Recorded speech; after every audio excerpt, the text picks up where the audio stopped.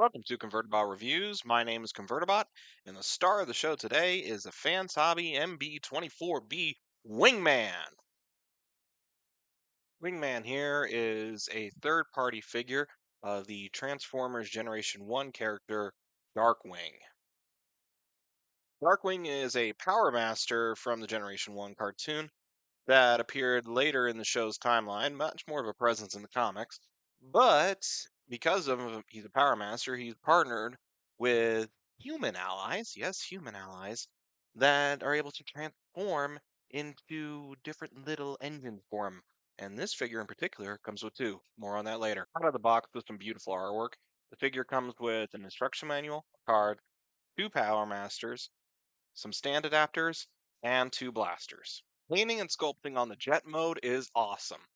The colors broken up by some blue and teal alongside the silver paint apps on the thrusters and the clear cockpit makes this jet look incredibly just dynamic. Painting and sculpting on the Power Masters themselves is also really good. One teal, one pink, and with nice little head sculpts to show how different each one of them is in the show from the show. You can see we get two Power Masters, but only enough limbs for one. They look great, but thankfully the limbs are on ball joints and pop right off and can just attach on to whichever one you want to use. And thankfully, the transformation for each of these is the exact. Simply put the arms down and fold the legs over them and turn it around to complete the transformation. Now, to apply the Power Masters themselves to the actual jets, there's a nice little section in the middle of the jet that just opens up.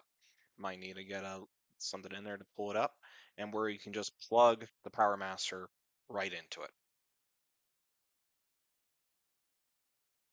Once the Power Master figure has been put into the actual slot, it does hold its position fairly well, and is not likely to come out soon. And here it is with the other Power Master. Looks great. Now, just like the original G1 toy, Darkwing here can combine with his partner Dreadwind. However, so the same goes for Fans Hobby figures here as well. And the transformation for this one is even more straightforward than the Power Masters. The mode itself is quite goofy and is mainly just to be there as a play feature and a super jet. With that out of the way, let's move on to size comparisons. First off, we have the Studio Series Voyager class Starscream, and then we have a fourth party KO of the Legacy Tarn. And then we have another Fans Hobby figure, the Fans Hobby X-Load, or Armada Overload, for anyone who watched Transformers Armada back in the 2000s. Now, isn't this a Transformer?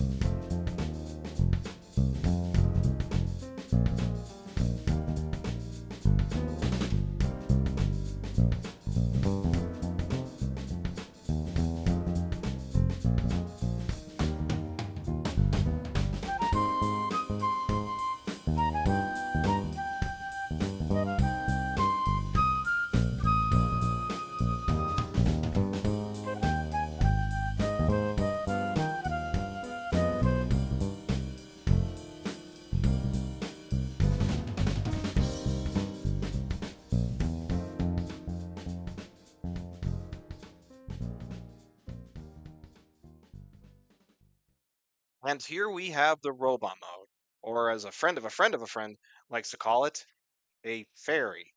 That pink from the jet mode definitely carries over here, and it is noticeably pink, occasionally broken up by bits of more teal, green, or even red. But yeah, there's no getting around. This thing looks, especially with the wings, like a pink and purple fairy. Yeah, I can't get it out of my mind. Now that the is out of the way, I would definitely like to talk about a critical flaw this figure has, and that is the large amount of back pibble this thing has. The front of the jet barely transforms at all, and unfortunately, as far as I can tell, it does not tab in, which is a problem. In fact, most of the parts on the back do not tab in. So, yeah, basically just hangs there via friction, which for a figure this expensive, not something you want to see happen. That car wreck of a back out of the way, let's get on to his weapons, or in this case, two blasters. Yes, two. They are, like all fans hobby figures, are on a rail system, which just slides right into his hands. And yeah, both hands have it. And when not in use, they can apply two tabs on his back. He's got three different ports for it, two on the wings, one on the backpack. And yeah, he gets two of them, look great, and makes a lot more better option for you to pose him. With that being said, ball joint at the head, arm can move up that far and down not at all, particularly because of the back kibble. Already talked about this. Don't like it. Arm can then move out, and the shoulder pad actually opens up to allow it to extend further, and with a bend at the elbow. As for the fingers, you get individually articulated fingers with the ball joint at the thumb, with a hinge joint at the thumb proper, and then a hinge joint, two hinge joints on each of the other fingers, individually articulated and nice.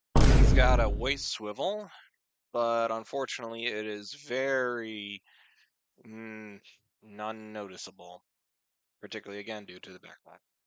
Leg moves up that far, back that far, and he also has a bend at the knee. He has a barely noticeable foot pivot, so can move down, and the heel can also move down, but these are more for the transformation. He also has a full split or a beautiful spread. Figure's posability isn't that bad. You can get a lot of decent dynamic poses out of it, though it is lacking in noticeably many areas. Particularly, I wish both the legs and the arms had more of a double bend to them. Not to mention the lack of an ab crunch, the waist swivel, and the foot pivot being so eh, detrimental to it really does not help. Plus, the big back that it has, yeah, it's not winning any favors from me. Figure does have one critical flaw, and that's in the knees. Can you see it? The knees are held together very loosely. In fact, the entirety of the legs are hollow per the transformation. Normally, this wouldn't be too bad, except the figure itself is a heavier figure. A figure of this size needs more weight in the legs in order to stand up properly. So while we're here, because this is an exclusive figure, mine is numbered. Neat. With that out of the way, let's get on to the last round of size comparisons. Here's Starscream, Tarn, and Overload. Overall, the figure itself is not that bad. It's honestly what I would call average. The posability isn't the greatest, but it's better than your official figure. The painting is really well done, though I wish it was broken up a little bit more. And the overall design of it, I can't really fault Fans Hobby for it because it is very faithful to the original Generation 1 figure. What I will fault Fans Hobbies for is for the actual stability of the figure itself and the fact that more of it doesn't transform or tab in. it really does hurt the figure in the long run. And for, again, that price point, ah, if you like the character, I'd say go for it. Otherwise, I would consider your wallet's financial future. Good luck. Hey there, Convertabot here. Just wanted to take a second to let you all know I appreciate you taking the time to watch my video. If you like what you see, leave a like, comment, subscribe. Um, Shoot, you can even comment and tell me I'm a complete idiot who has no idea who knows what he's doing, which would be 100% truthful. My God, it is possible. Either way, thank you once again, and I hope you have a pleasant day. Oh, and my next review, well, let's just say it's like magic.